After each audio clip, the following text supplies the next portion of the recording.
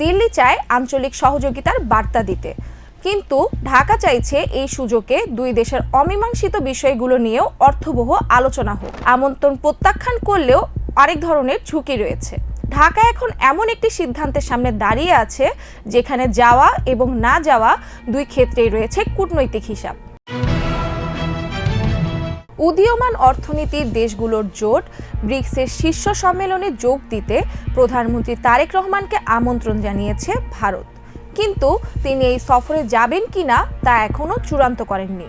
এর আগে ভারত সরকারের শীর্ষ নেতৃত্বের সঙ্গে আনুষ্ঠানিক দ্বিপক্ষীয় বৈঠক নিশ্চিত করতে চান তারেক রহমান।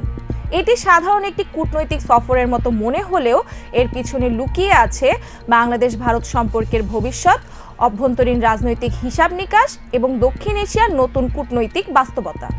অনুষ্ঠানে অংশগ্রহণের বিষয়ে এখনও কেন চূড়ান্ত সিদ্ধান্ত নেয়নি ঢাকা?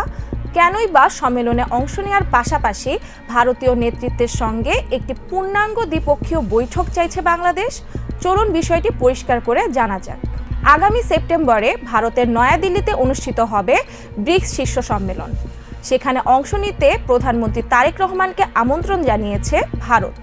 তবে কূটনৈতিক সূত্র বলছে এই আমন্ত্রণ বাংলাদেশ ভারত দ্বিপক্ষীয় সম্পর্কের কারণে নয়। বাংলাদেশ বর্তমানে বিমস্টেকের সভাপতি, সেই আঞ্চলিক জোটের প্রধান হিসাবেই এই আমন্ত্রণ পাঠানো হয়েছে।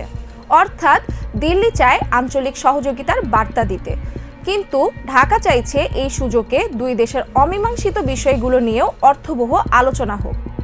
আর এ কারণেই প্রধানমন্ত্রী সফরের বিষয়ে চূড়ান্ত সিদ্ধান্ত নেওয়ার আগে ভারতের শীর্ষ নেতৃত্বের সঙ্গে একটি আনুষ্ঠানিক দ্বিপক্ষীয় বৈঠকের নিশ্চয়তা খুঁজছেন। কিন্তু এত সতর্কতার কারণ কি? 2024 সালে আওয়ামী লীগ সরকারের পতনের পর বাংলাদেশ ও ভারতের সম্পর্ক আগের মতো নেই। নানা ইস্যুতে দুই দেশের মধ্যে দূরত্ব তৈরি হয়েছে। এমন পরিস্থিতিতে দিল্লি সফর যেমন একটি ইতিবাচক বার্তা দিতে পারে, তেমনি পর্যাপ্ত কূটনৈতিক অর্জন ছাড়া সফরটি দেশের ভেতরে রাজনৈতিক বিতর্কও সৃষ্টি করতে পারে। অন্যদিকে আমন্ত্রণ প্রত্যাখ্যান করলেও আরেক ধরনের ঝুঁকি রয়েছে, কারণ বাংলাদেশ এখন বিমস্টেকের চেয়ারম্যান।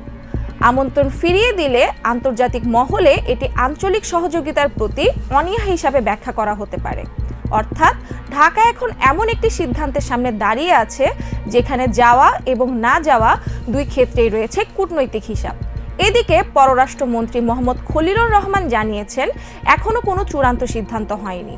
তিনি বলেছেন, বাংলাদেশ সমান মর্যাদা, পারস্পরিক সম্মান এবং জাতীয় স্বার্থের ভিত্তিতে ভারতের সঙ্গে নতুন করে সম্পর্ক গড়ে তুলতে চায়। তার ভাষায় এই নীতির কেন্দ্রবিন্দু হলো বাংলাদেশ প্রথম।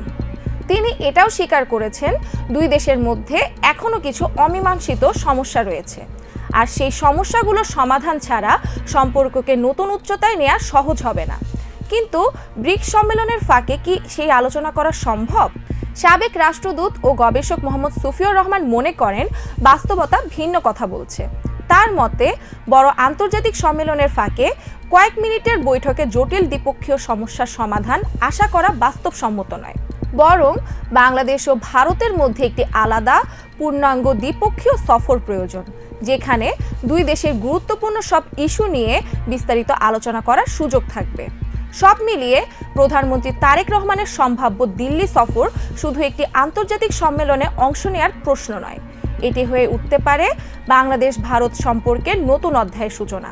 আবার কূটনৈতিকভাবে ভুল পদক্ষেপ হলে সেটি নতুন বিতর্কেরও জন্ম দিতে পারে।